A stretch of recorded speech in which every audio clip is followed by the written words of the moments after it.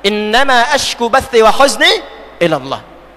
Saking dekatnya dengan Allah, itu bahasa orang sana mengatakan ini hamba Allah yang paling dekat dan taat. Dalam bahasa pada masa itu, hamba disebut dengan Isra, Allah disebut dengan Il. Maka digabungkan kalimat ini menjadi Israil. Di sini baru ditemukan kata Israel.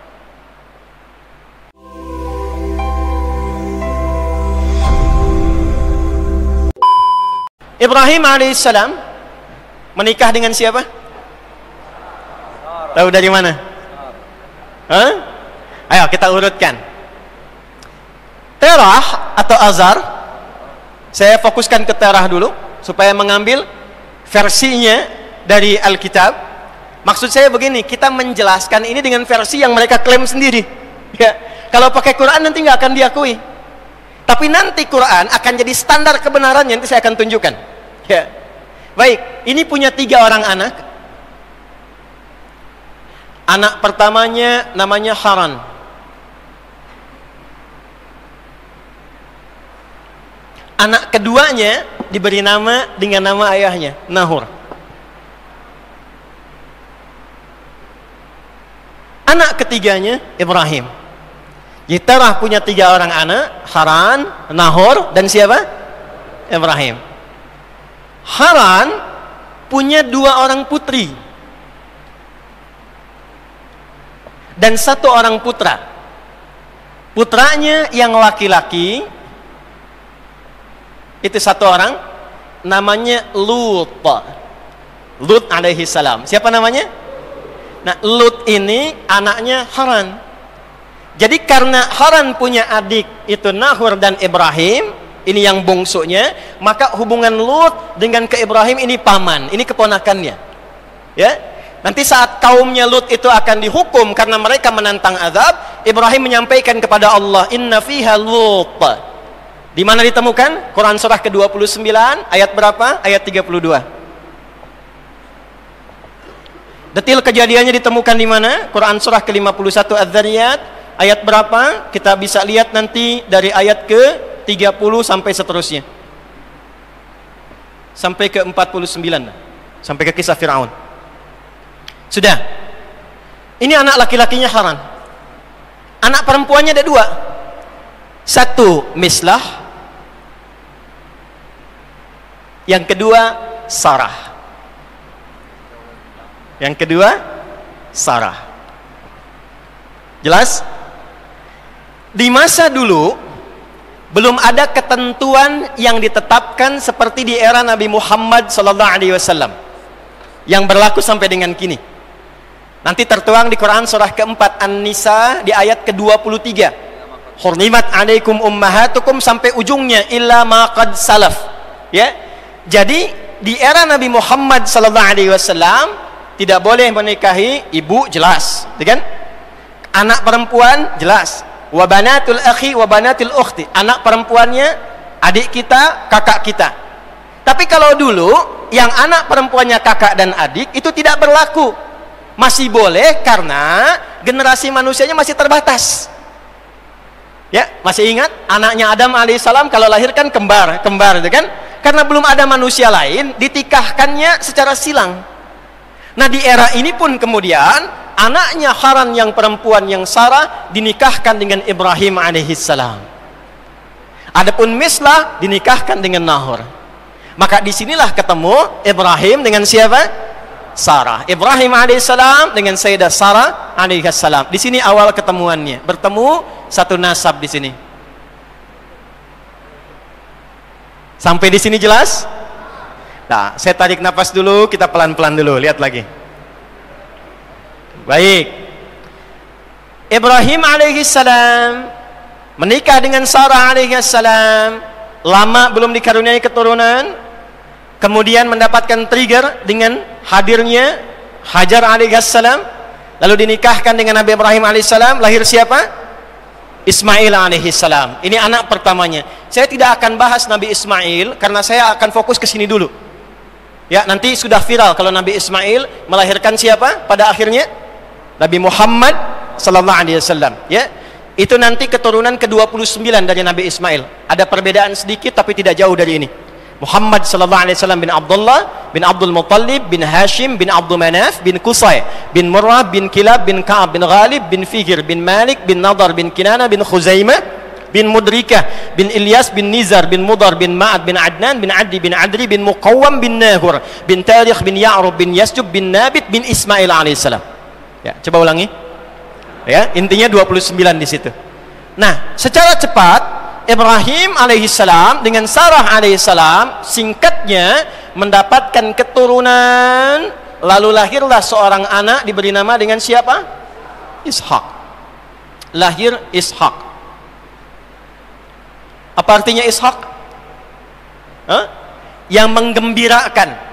Ya, yang menggembirakan, karena Sarah saat mendapatkan Ishak itu tertawa. Itu ada di Quran surah ke-11 ayat 71.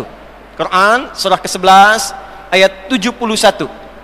Wa imra'atuhu qa'imatun fadhahikat fabasyarnaha bi Ishaq. Ya.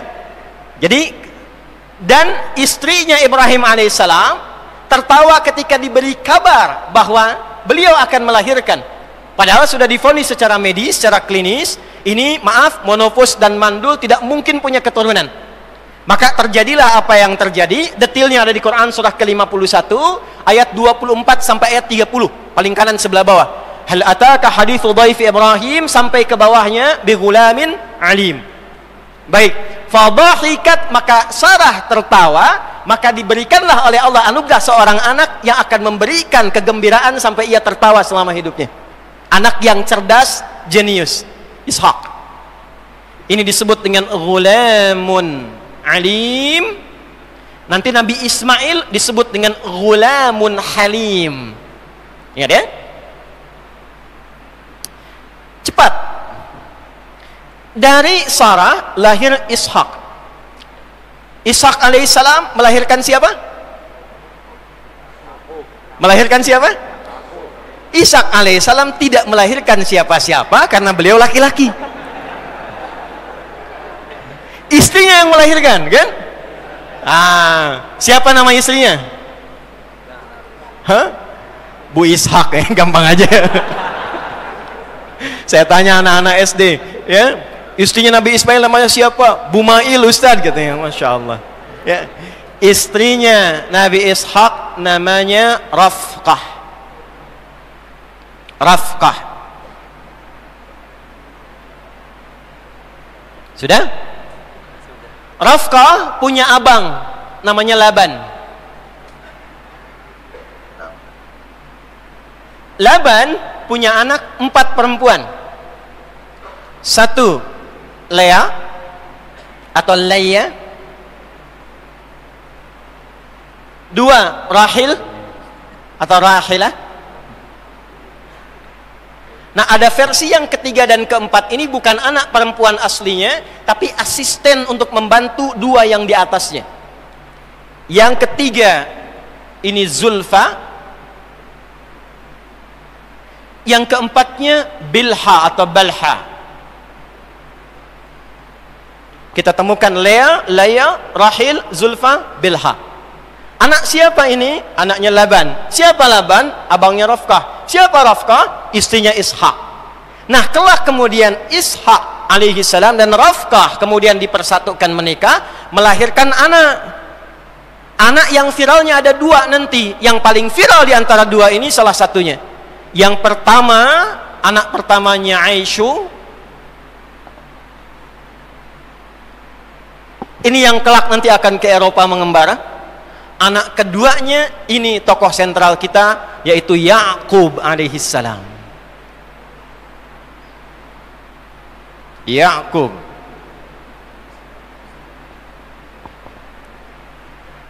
Bingung nggak? Bingung ya? Baik. Di sini ketemu Ya'qub. Ya'qub ini seorang nabi, rasul, hamba Allah yang taat. Dan ingat baik-baik, semua nabi dan rasul, mohon izin saya pelankan uraian saya supaya jelas terdengar. Maaf, saya percepat tadi untuk mempercepat diagram ini supaya saya mudah mengantarkan pada isi kajian. Ini baru muqaddimah ya, catat itu ya. Allahu Akbar. Yakub ini punya keistimewaan seperti nabi-nabi lain punya keistimewaan. Nabi Adam punya keistimewaan, Nuh punya keistimewaan, Yakub punya keistimewaan. Apa keunggulan Nabi Yakub ini? Itu munajatnya kepada Allah Subhanahu wa taala itu begitu tinggi. Jadi bila terjadi apapun dalam kehidupannya, itu selalu menjadikan curhatnya kepada Allah. Ya, itu diabadikan nanti di Quran surah ke-12 Yusuf. Ya, Quran surah ke-12 di ayat 86. Bahkan ketika terjadi persoalan di anak-anaknya pun itu bisa nangis minta sama Allah sampai matanya buta. Innama ashku bathi wa huzni ila Allah. Saking dekatnya dengan Allah, itu bahasa orang sana mengatakan ini hamba Allah yang paling dekat dan taat. Dalam bahasa pada masa itu, hamba disebut dengan Isra, Allah disebut dengan Il. Maka digabungkan kalimat ini menjadi Israel. Di sini baru ditemukan kata Israel. Israel. Ditulis dalam bahasa Latin Israel. Ini. Isra, hamba Allah. Ya, Isra, hamba yang sangat taat. Il, Allah, hamba Allah yang sangat taat. Jelas sampai sini?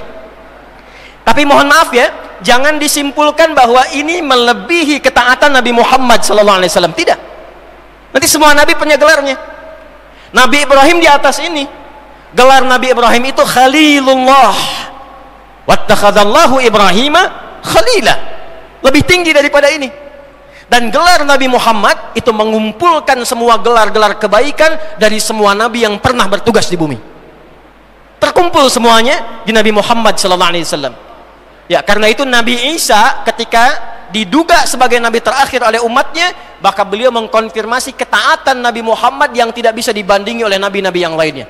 Diabadikan di Quran surah ke-61 As-Saff di ayat yang ke-6. Wa mubasysyiran bi rasuli ya'ti min ba'di ismuhu Ahmad. Ahmad itu isim tafdil dari kata Hamid yang sangat kuat hubungannya dengan Allah Subhanahu wa taala. Ini kita temukan Israel. Sudah, simpan dulu ya.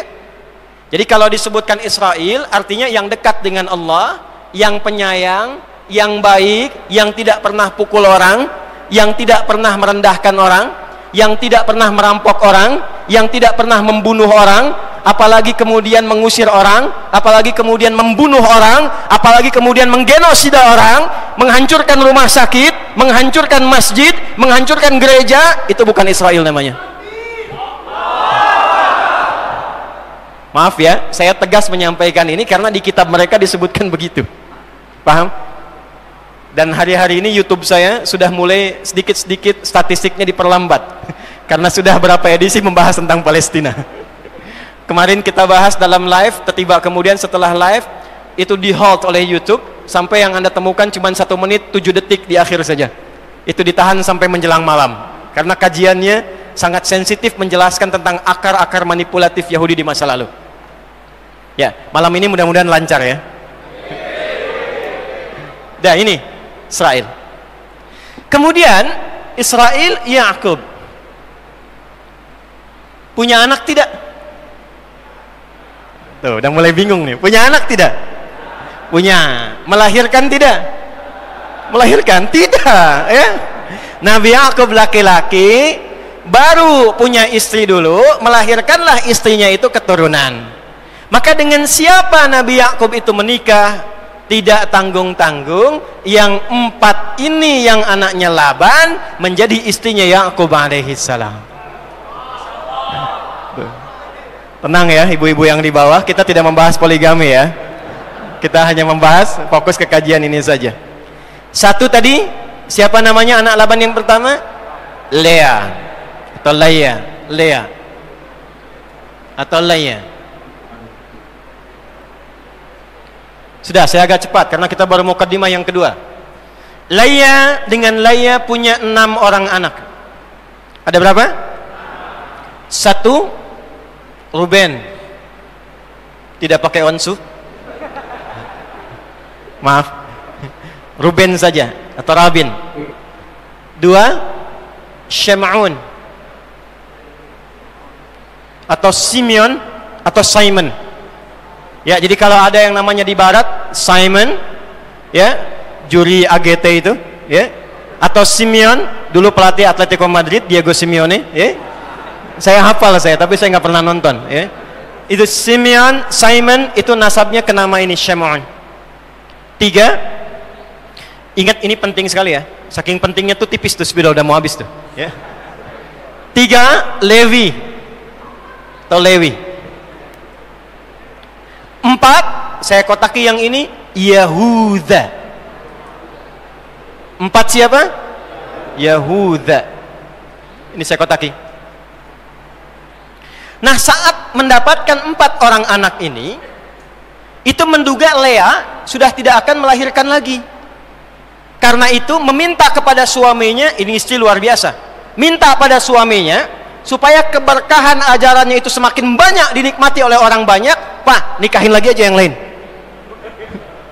Maka dinikahinlah kemudian ini kesini ke bawahnya, ya. Ada Rahil, ada Zulfa, ada Bilha. Ternyata ketika menikah dengan ini punya anak lagi 2. Maka yang kelima ini ada Izzahar. Yang keenam ada Zabalun. Ini 6 orang anak, Ruben, Shimon, Levi atau Dewi, Yehuda, Izzahar dan Zabalun dari Lea. Dari Rahil dilahirkanlah 2 orang anak. Dan ini yang paling viral dan tercantum kisahnya dalam Al-Quran. Yang pertama adalah Yusuf alaihissalam. Yang kedua Bunyamin. Kalau ada yang namanya Bunyamin atau Benyamin, ya, atau Bang Ben, Beni, itu, ini kesini nasabnya, ya, kesini. Termasuk Tolut nanti nasabnya kesini. Nanti saya turunkan bagian-bagiannya. Tolut yang melahirkan Daud, yang melawan Goliat, itu keturunan dari Benyamin. Ya. Kemudian saya cepat dari Zulfa. Kemudian lahir 2 anak lagi. Satu Zad atau Gad,